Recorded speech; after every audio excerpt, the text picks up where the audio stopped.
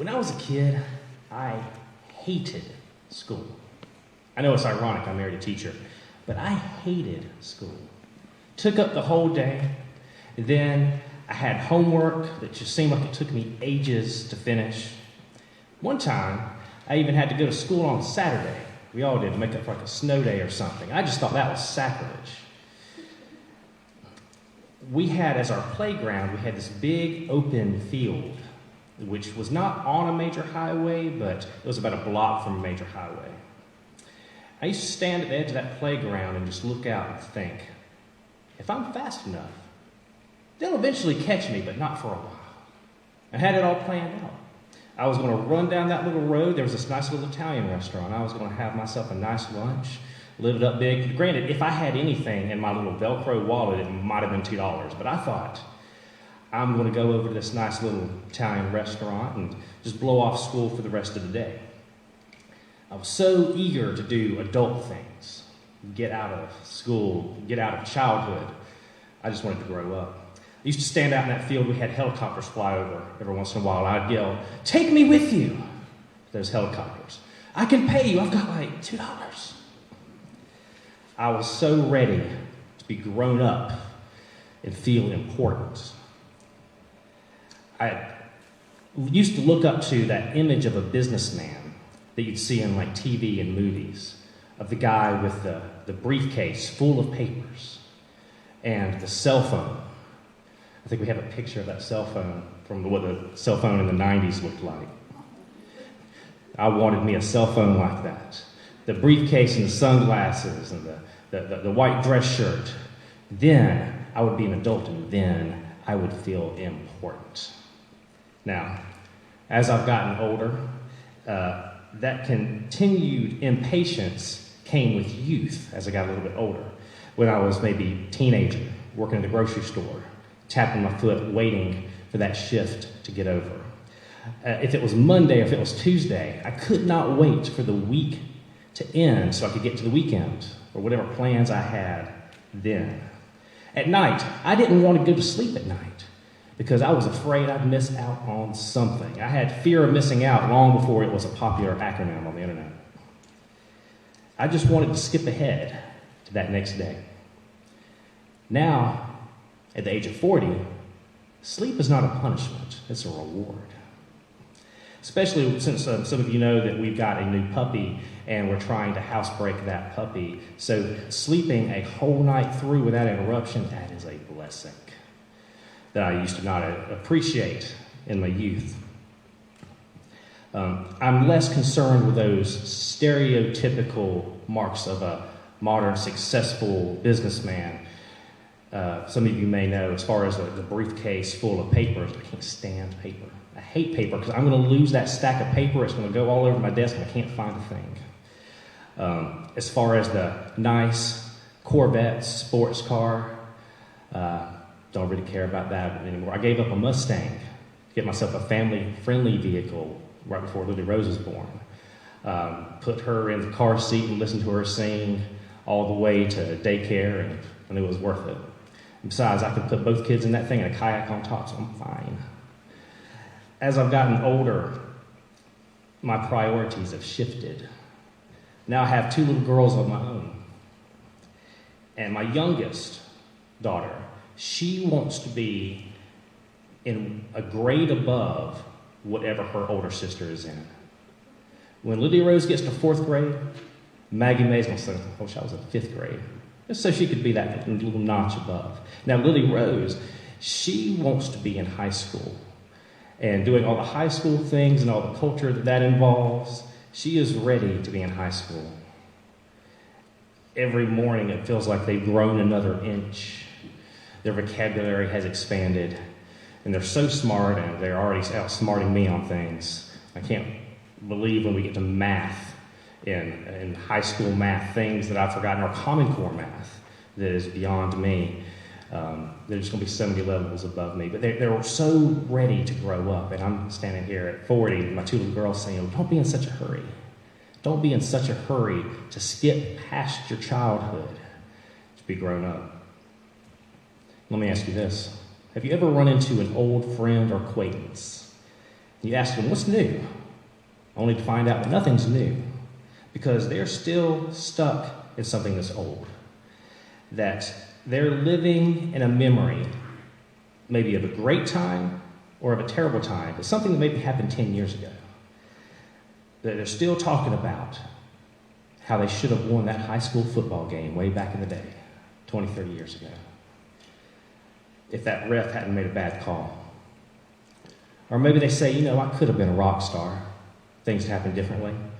If only, with the band I was in, if Jimmy hadn't quit and Jody got married, I should have known we'd never get far. We can get stuck in the past. We can be so preoccupied and in a rush to get to the future. Our passage this morning would remind us to take into account the past and the present and the future, all in light of God's splendor and his direction. We're going to be reading in Psalms 90 this morning, but before that, we're going to be going a couple other places like Numbers 20. But so many of the Psalms are written by David that it's easy to forget that some of them aren't. And so the Psalm this morning, Psalm 90, that was written by Moses. Now, we've been reading through the Bible chronologically. Now we're at a point where Moses and God's people, they've been through a whole lot of stuff. But they've also been blessed a lot. Moses, as the leader of God's people, he has taken a lot upon himself. There's a lot of stuff that Moses has had to deal with that's unique to him. Aaron has gone through some things, but even Aaron hasn't always been on Moses' side. Aaron kind of betrays Moses at some points. So Moses, I can only imagine the kind of lonely leadership that he had to deal with. He's taken on a lot of hardship, and he has had to wait on God and deal with these people, and it's taking a lot of patience. There's no rushing ahead till we get to the promised land. They're going to be there in the wilderness for 40 years. You can only imagine what kind of patience that takes as Moses is traveling with these people who can see the miracles of God and sometimes just totally not get it and grumble against Moses, want to vote him out, form a committee, vote him out. God commanded Moses to tell the Pharaoh, let God's people go. But it took 10 plagues before they get out of Egypt. The people are supposed to receive the law from God up on Mount Sinai and claim the promised land. But they griped, they complained, they rebelled against God, and they rebelled against the leadership, Moses and Aaron. And then they were punished to wander for 40 years. And then the promised land will be given to another generation, their children. Now, how taxing it must have been for Moses to spend 40 years listening to ungrateful people who were just lobbing complaints after complaints after complaints, who seemed to forget that God had parted the ocean for them. He sent plagues to rescue them from captivity. He guided them as a cloud and a pillar of fire. He gave them manna when they were hungry. And he made water to come out of a rock when they were thirsty. Indeed, there's something that God says in Numbers 14:11. Now, this is God speaking. But as I read this, I thought, I am sure as Moses is standing there hearing it, that Moses thought, yeah, I know God. I know. I'm sure Moses was thinking the same thing. He was on the same page with God. In verse 11, the Lord said to Moses, how long will these people treat me with contempt? How long will they refuse to believe in me in spite of all the signs I have performed among them? And as I read that, that's God speaking, but I'm sure Moses said the same thing. God, how long? How long is it going to take? Why aren't these people getting it? After all the stuff you've done for them, God, they're still blaming you for their poor decisions instead of seeing all that you've done. They do nothing but gripe and complain. How long? How long are they going to hate God? Now, I often get humbled by the Holy Spirit when I see pages like this.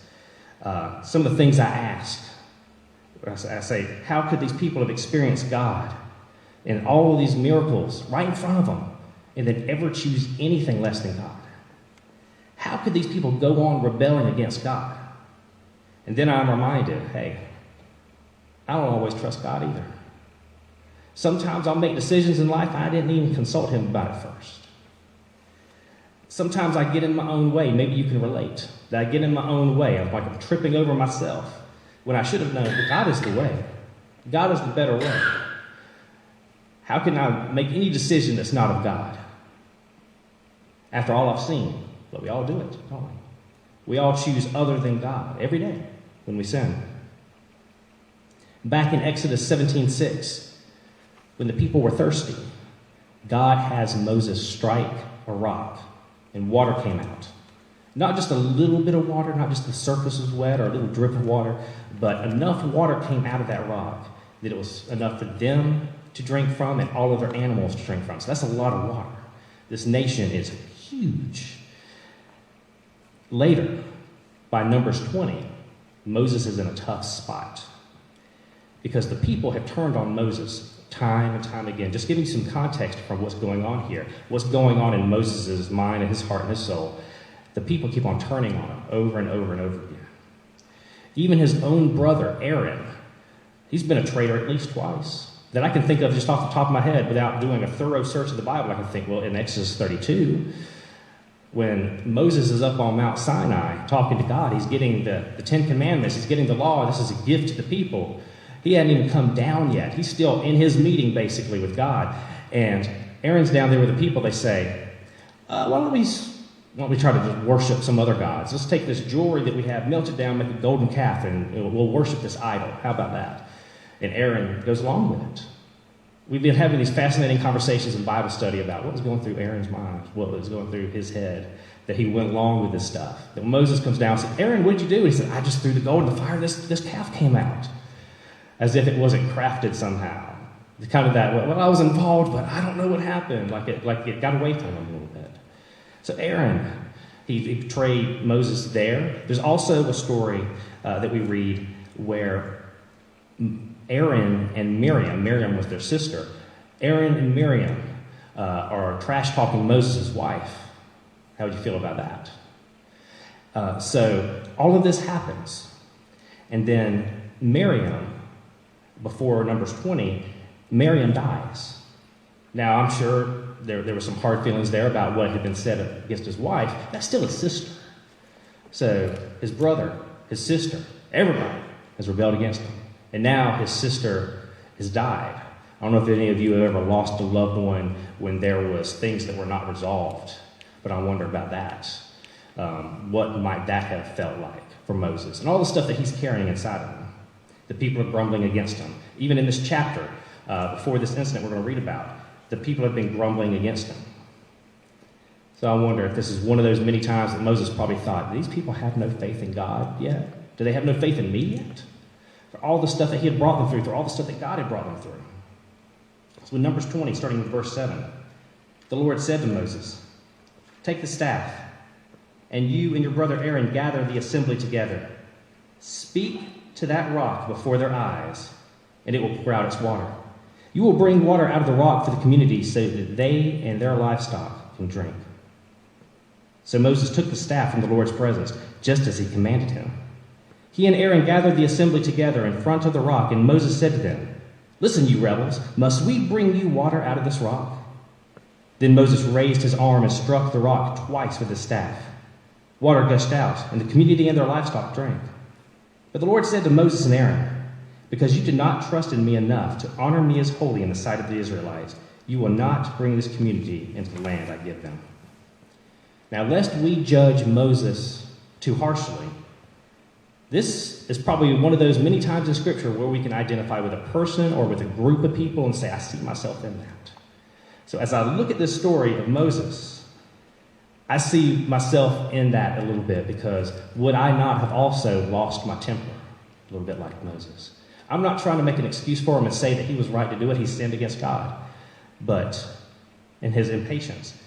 But I'm just going to say that, at least for me, I am in no position to judge Moses, because I probably would not have exhibited the patience that he did to all the stuff that he went through.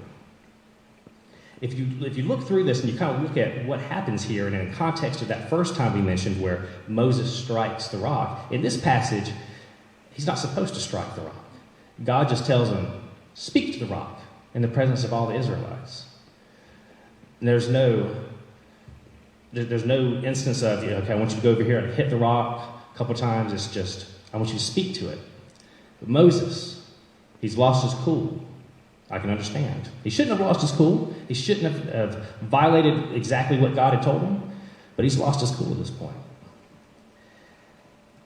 Moses perhaps just feels like hitting something.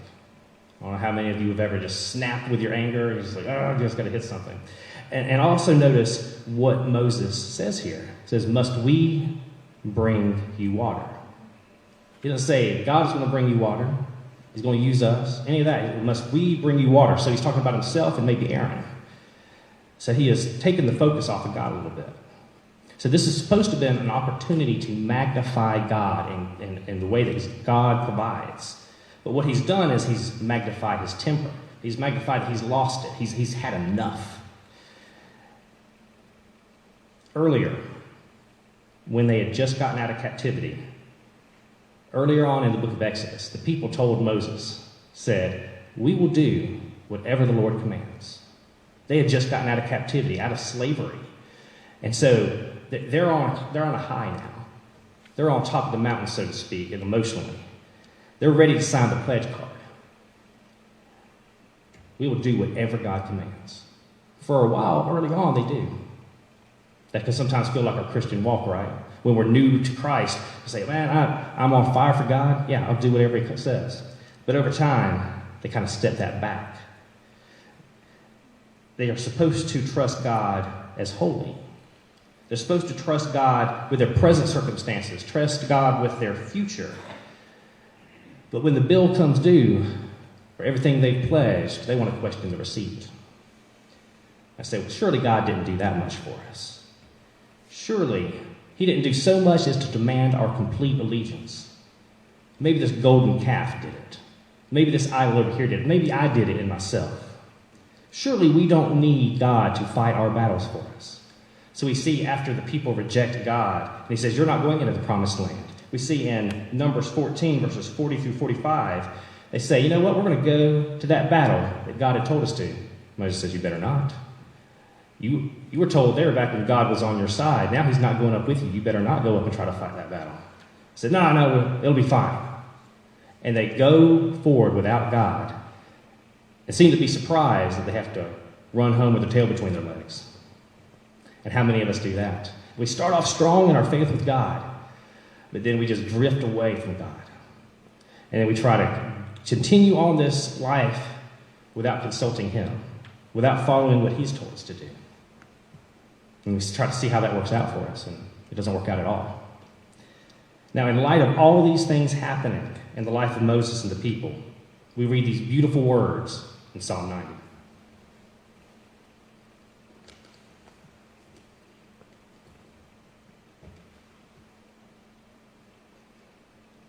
Lord, you have been our dwelling place throughout all generations. Before the mountains were born, or you brought forth the earth and the world, from everlasting to everlasting, you are God. So what a beautiful image that is. Moses and the people, they've been living out in tents on the way to the promised land, and that cannot be easy. But Moses declares, you are our dwelling place. You always have been, you always will be. When the future generation takes the land and they start building up houses and they have a society there, those houses are not really where they live. The tents they live in now, that's not really where they live. Where they live is in God. He is in whom they live. He is the same yesterday, today, and tomorrow. In verse 3. You turn men back to dust, saying, return to dust, O sons of men.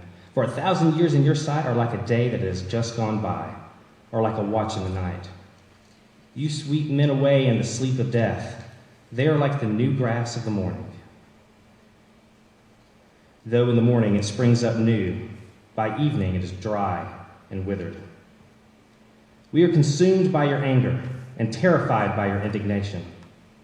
You have set our iniquities before you, and our secret sins in the light of your presence. All our days pass away under your wrath. We finish our years with a moan.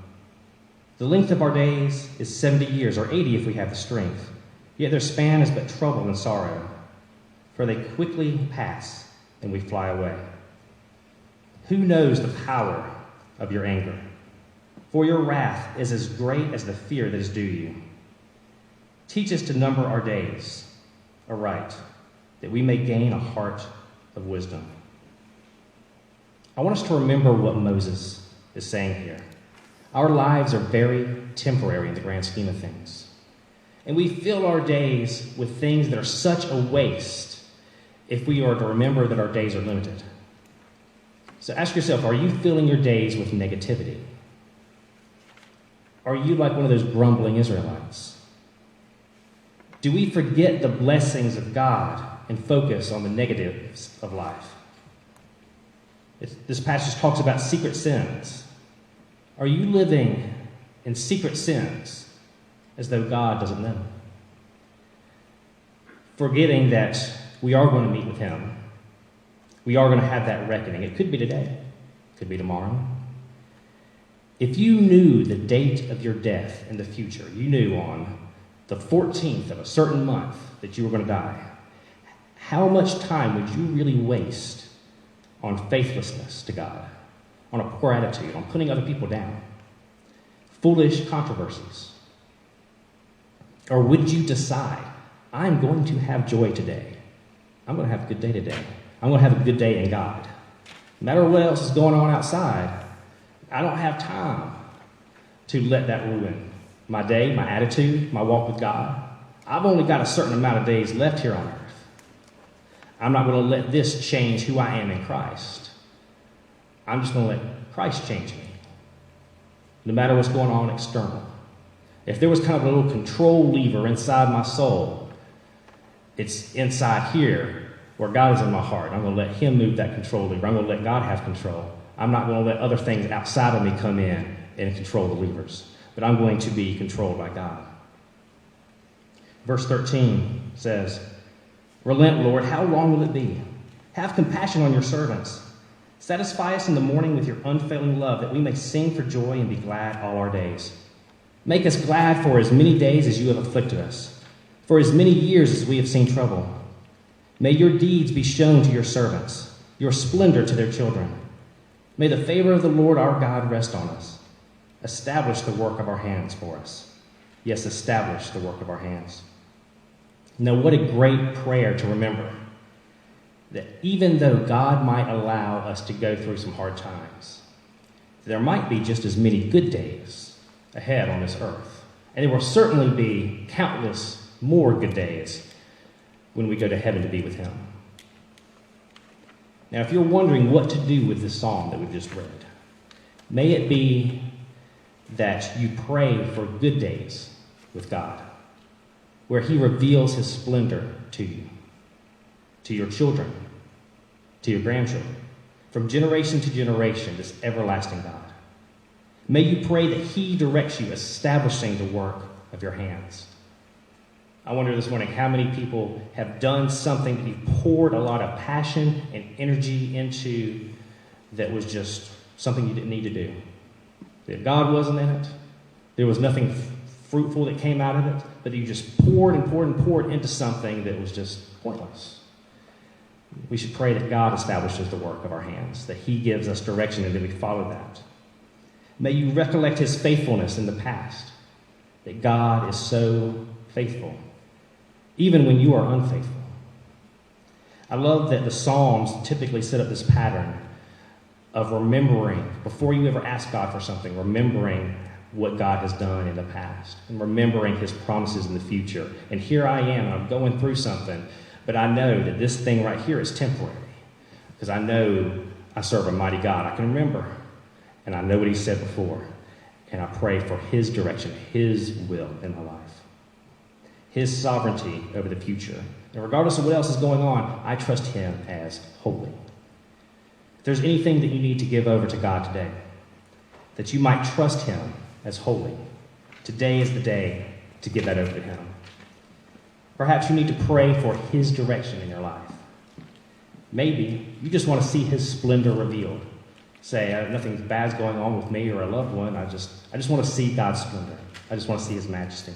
However the Lord leads you, won't you please respond to him as we sing this final song. Now may the unfailing love and compassion of our God be your dwelling place. May God grant you wisdom to turn your eyes to him, your hearts and your minds in wisdom to his will. May you sing for joy and be glad all of your days. And may the favor of the Lord rest on you, establishing the work of your hands. Go in peace.